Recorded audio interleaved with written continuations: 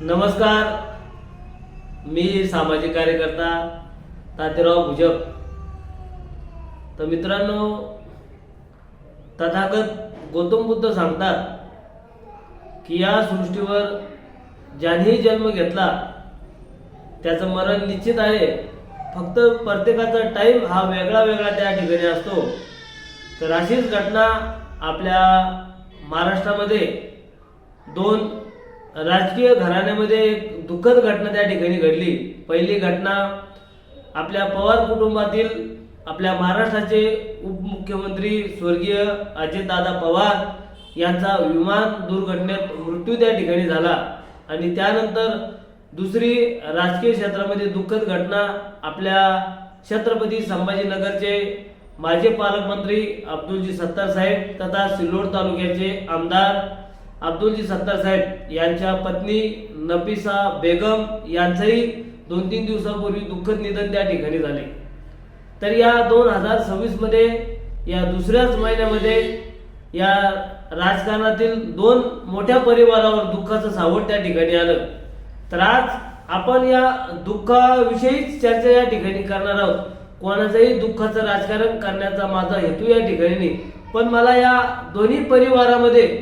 दोन्ही परिवाराच्या दुःखामध्ये मला तफावत त्या ठिकाणी जाणवली आणि ही तफावत मी या ठिकाणी सांगण्याचा प्रयत्न करत आहे की महाराष्ट्राचे उपमुख्यमंत्री अजितदादा पवार यांचा विमान दुर्घटनेत मृत्यू झाला असता तर 2 दिवसामध्ये राजकीय हालचाल त्या ठिकाणी सुरू झाली।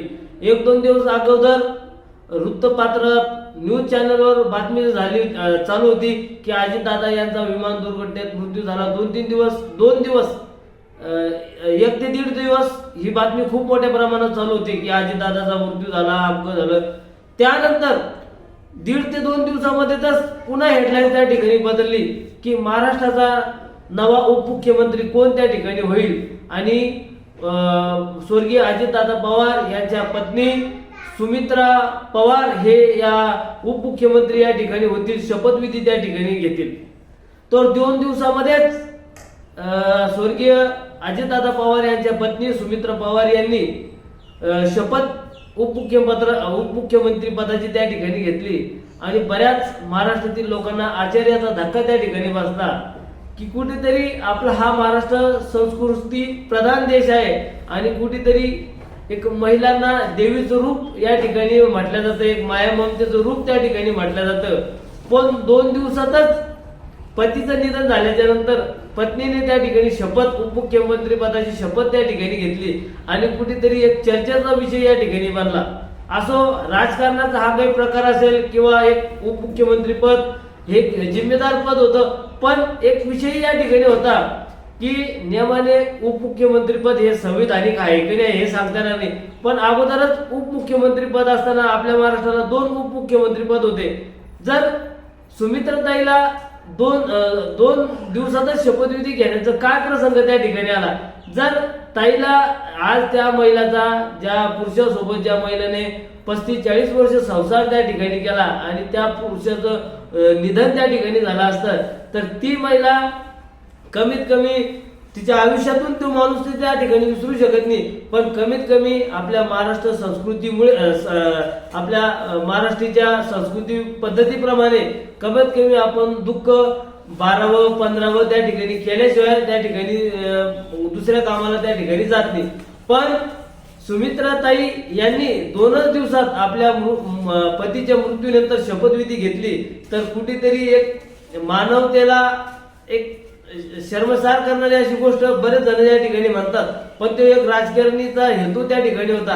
आणि एकीकडं महिला ही देवीचं रूप असताना आणि एकीकडं आता 2-3 दिवस झाले वाटतं की आपल्या सिल्लोड तालुक्याचे आमदार अब्दुल सत्तार साहेब यांच्या पत्नी त्या ठिकाणी त्यांचं निधन झालं असता तर अब्दुल सत्तार साहेब अजूनही पुढे बाहेर त्या ठिकाणी गेले नाही। अजूनही त्यांना राजकीय क्षेत्रातील, सामाजिक क्षेत्रातील, धार्मिक क्षेत्रातील लोक त्यांना त्यांच्या घरी जाऊन भेट त्या ठिकाणी देत आहे।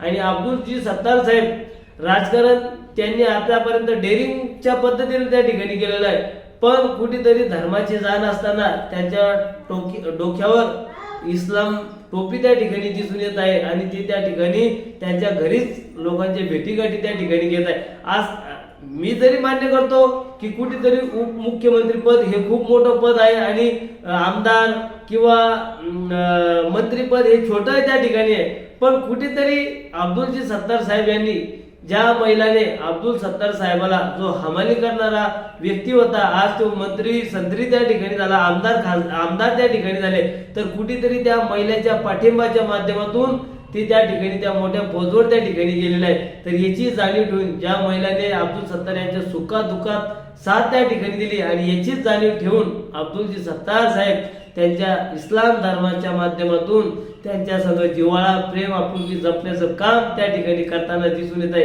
त्यांनी ती जागा अजून त्या ठिकाणी सोडली.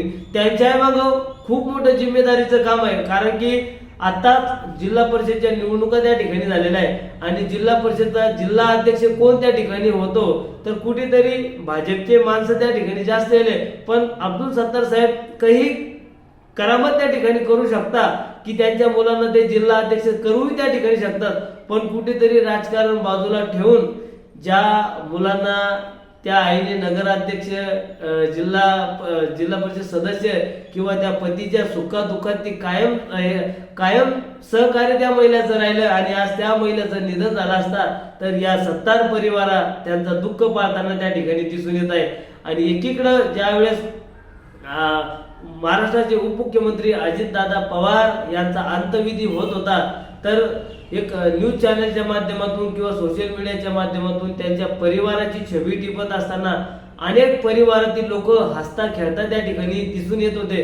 तर कुठेतरी आणि त्यानंतर बऱ्याच जणांनी अजितदादाच्या माध्यमातून सोशल मीडियावर चमकण्यासाठी किंवा मीडिया आपल्याकडे आकर्षित करण्यासाठी लाईमलाईट मध्ये येण्यासाठी अनेक कारण काढून त्या ठिकाणी एक अजितदादाचं राजकारण करताना त्या ठिकाणी दिसून आले.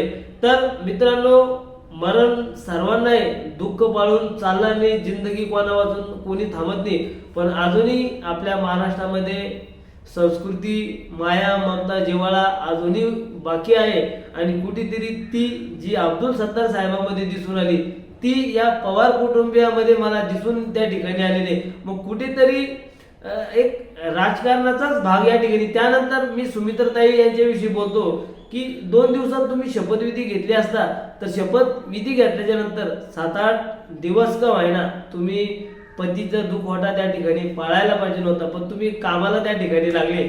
असो अजितदादाचा शब्द होता की आणि कुठेतरी ते उपमुख्यमंत्री पद एक जिम्मेदार पद आहे आणि कुठेतरी अजितदादाच्या शब्दाला पाळून की अजितदादा म्हणायचं की मी कामाचा माणूस आहे आणि याच पावलावर पाऊल सुमित्राताई यांनी या ठिकाणी टाकले असेल की दुखवटा पाळण्यापेक्षा लोकांचे जे कामं थांबलेले हे कामं करणं गरजेचे आहे.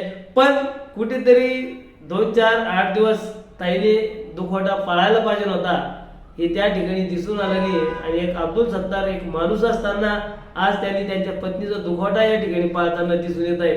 तर ही तफावत मला या ठिकाणी जाणवली.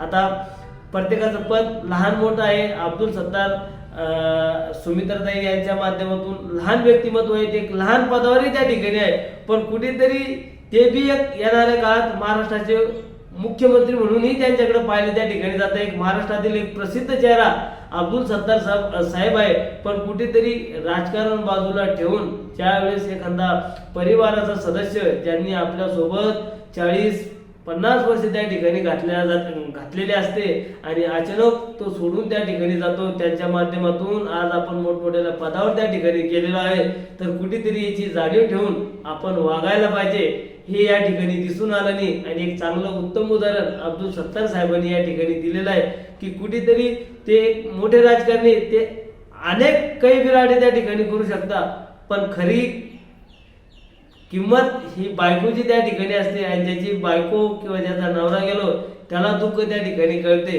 पण आता थोडं 19-20 व्हायला लागलेलं आहे, ज्याच्याकडून जिव्हाळ्याची त्यांच्याकडून दुःखाची अपेक्षा असते ते त्या ठिकाणी दिसून येत नाही. आणि माणूस हा दगडाच्या काळाचा मानला जातो, पण कुठेतरी खरंच माणूस हा नारळावाली आहे.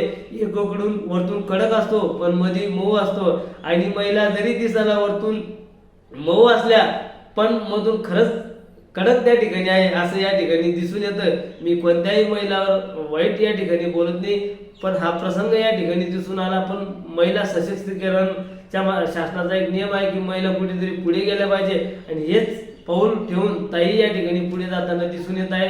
तर असो, हा एक राजकारणाचा भाग आहे, कुठेतरी एक जिम्मेदारीचं पद असल्यामुळे हा निर्णय त्यांना त्या ठिकाणी घेतला असेल.